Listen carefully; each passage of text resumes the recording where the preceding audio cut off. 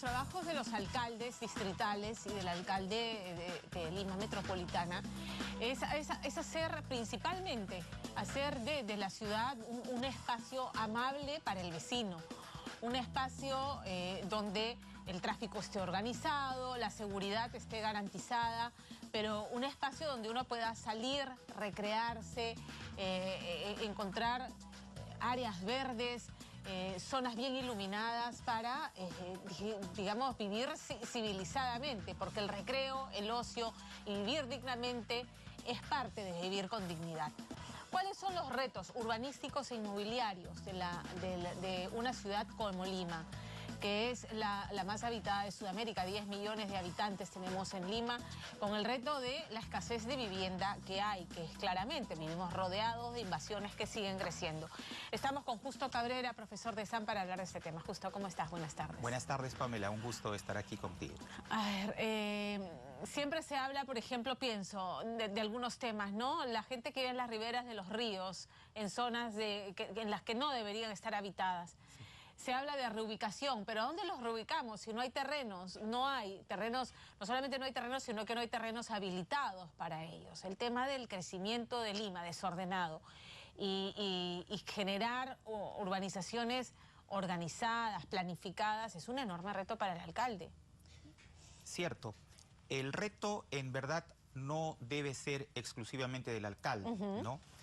Lima, en su planificación, en su visión a largo y mediano plazo, no está desligada de la visión de mediano y largo plazo del país. Recordemos que Lima tiene la tercera parte de la población.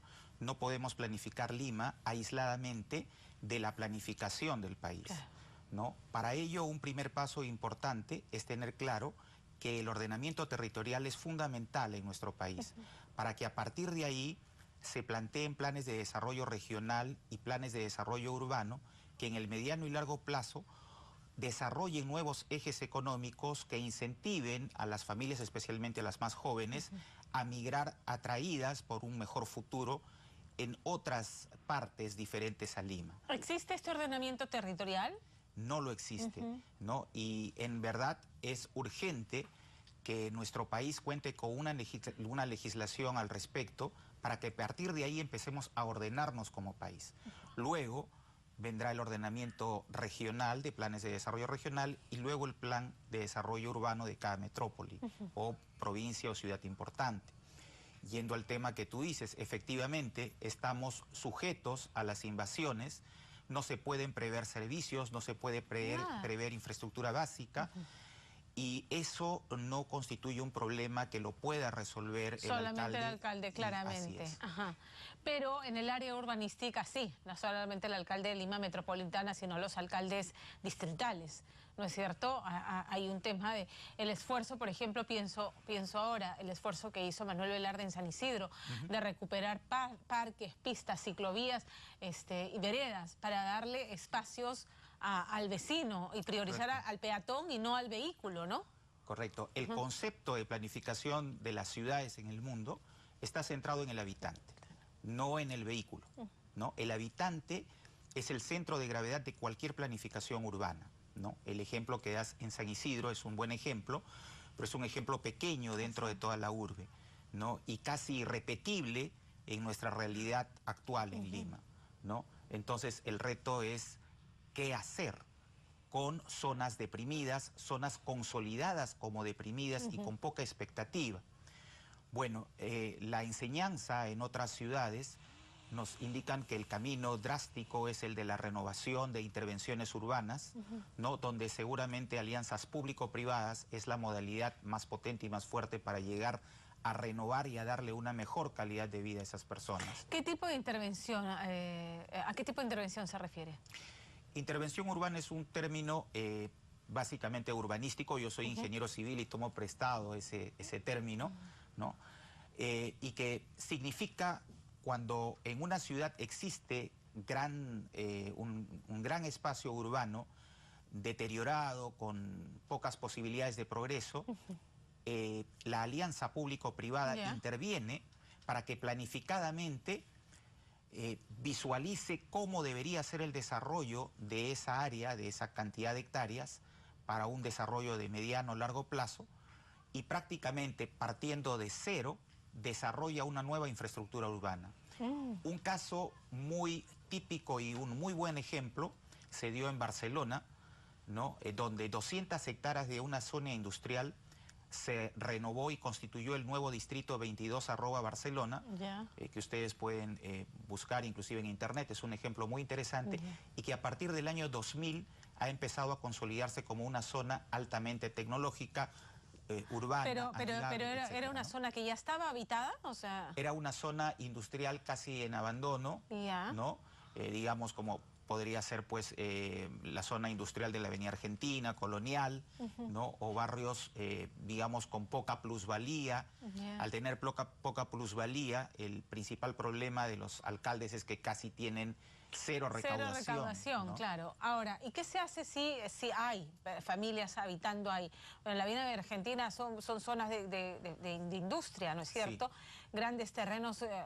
ya enclavado, era industria cuando Lima era pequeña y eso era como los extramuros, pero ahora está enclavado en medio de la ciudad. ¿Qué se hace con eso? O sea, hay que relocalizarlos. Cierto.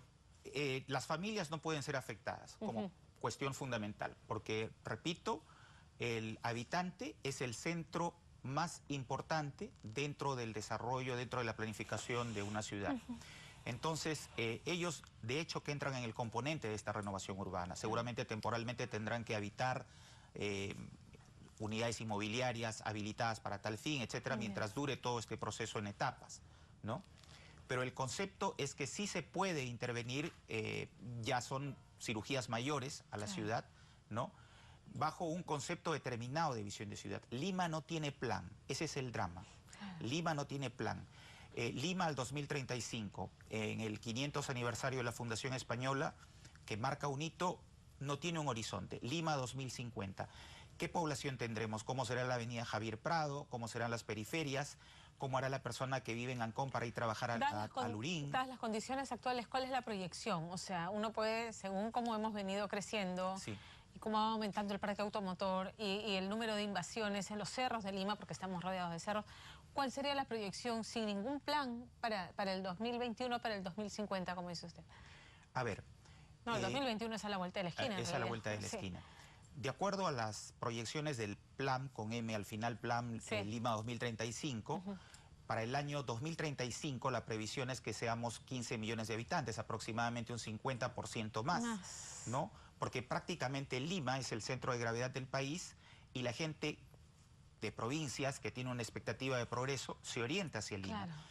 Cuando podría orientarse a ejes económicos en el norte, en el sur, por ejemplo, Olmos, Majes, que tienen puerto, aeropuerto, conexión transversal con las vías interoceánicas, que podría generarse toda una riqueza de regiones, de macroregiones, bajo un enfoque de visión de país. Por eso vuelvo a decirle, ¿no? No podemos planificar Lima si antes no tenemos una visión de país, de planificar el país. La tristeza, porque cuando se ha querido hablar de macroregiones empiezan las pugnas políticas por otros temas, ¿no? El tema económico, porque yo voy a compartir el canon de mi región con tal, ¿quién va a ser? Pierdo yo poder político porque vamos a pasar a ser una macroregión y se han frustrado todos esos planes. O sea, realmente es como que estuviéramos entrampados en una situación que cuando usted le explica, y le explica en términos tan sencillos, suena tan lógico y tan racional. Es que en verdad es bastante lógico y resulta inexplicable para nosotros que no tenemos poderes de decisión trascendentales a nivel del país, ¿no? Ver todas las oportunidades que se pierden por no entender algo tan sencillo y tan lógico, ¿no? El mismo caso de Lima. Lima y Callao es una sola ciudad y no tiene sentido que sean dos municipalidades diferentes. Vemos el caso de la avenida Venezuela con Fawcett, donde curiosamente el proyecto antiguo de unir La Molina con todo el eje de la avenida Javier Prado, La Marina, terminaba justamente en Venezuela y Fawcett, porque a partir de ahí empezaba el Callao, algo absurdo, ¿no? Entonces, eso es lo que debemos entender. Y en este mundo que constantemente cambia, que constantemente se innova, no podemos seguir con pensamientos anacrónicos, ¿no? En Lima, concentrémonos ahora en Lima. En Lima, ¿cuáles son los...? Bueno, ya se ha desarrollado Lima Este, Lima Oeste, Villa María el Triunfo, Villa El Salvador, Lurín, está creciendo muchísimo Pachacamac. ¿verdad? Sí. No solamente como zona de vivienda, sino como zona industrial. Y al norte lo mismo, ¿no? Lima Norte es otro mundo. Así Sigue creciendo. ¿Hacia dónde puede generar otros polos de desarrollo Lima? A ver, ¿O qué se tiene que potenciar a nivel de vivienda y a nivel de oferta económica? a nivel de vivienda se debería repotenciar ya las unidades con mayor altura, Ya, no ganar más terreno. ok. También nos olvidamos, por ejemplo, que tenemos en Lima, digamos, anexa a la UNI, el CISMIT, hace Ya. más de 30 años, que claramente identifica zonas potencialmente peligrosas para habilitaciones urbanas. Sin embargo, se trabaja sin esa consulta al CISMIT para dar licencias, permisos y O permitir, no hacer el trabajo de prevención y permitir Así es. invasiones, que es la manera en que ha crecido Lima desordenadamente, ¿no? Las invasiones. Correcto. Entonces deberíamos empezar primero por preguntar al CISMIT qué zona no debe ser habitada en Lima. Claro. Y a toda esa gente que actualmente está habitando en esas zonas vulnerables, potencialmente propensas a desastres, ¿no? Retirarlas y empezar a reordenar en un trabajo de largo plazo realmente. ¿Quién Sí. va a querer comerse ese pleito? Porque el costo social de eso es impopular políticamente. Y aquí somos muy cortoplacistas, pues, ¿no? Pensamos, y más aún, cuando son alcaldes que no van a poder reelegirse, ¿verdad? O sea... Ahí hay un tema interesante, Sí. que es parte de una propuesta que venimos conversando bastante con los alumnos en ESAN, y es la siguiente, ¿no?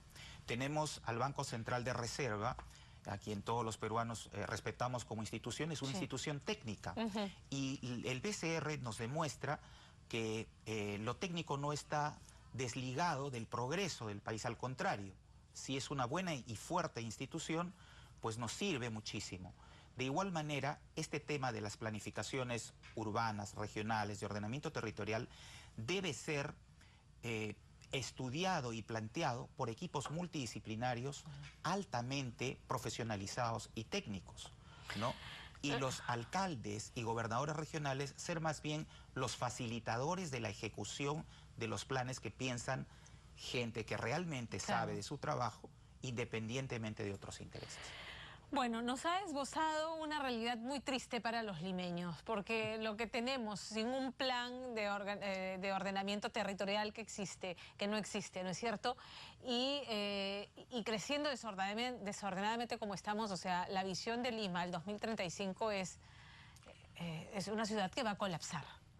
Sí, es difícil que pensemos nosotros en soluciones como aumentar un carril más a la avenida Javier Prado como una solución. Esa no es solución. Esa no es una solución. No. En la medida que haya mayor poder adquisitivo en el país, la gente va a querer tener un automóvil. Va a priorizar su carro porque el servicio de transporte público es un desastre. Entonces, cuando en otras ciudades el carro es para el fin de semana y la gente se mueve en su transporte público con una tarjeta única que haces tus conexiones, tienes un sistema de metro que funciona, abarrotado como en grandes ciudades, pero que funciona. Bueno, me da pena terminar así como que desalentada, pero ha dejado las pautas de lo que se debería reclamar y exigir a las autoridades y sobre todo al gobierno central, que es su principal responsabilidad. Así es. Muchas gracias. Muy amable, gracias. Buenas tardes. 3:51. Termina nuestro bloque.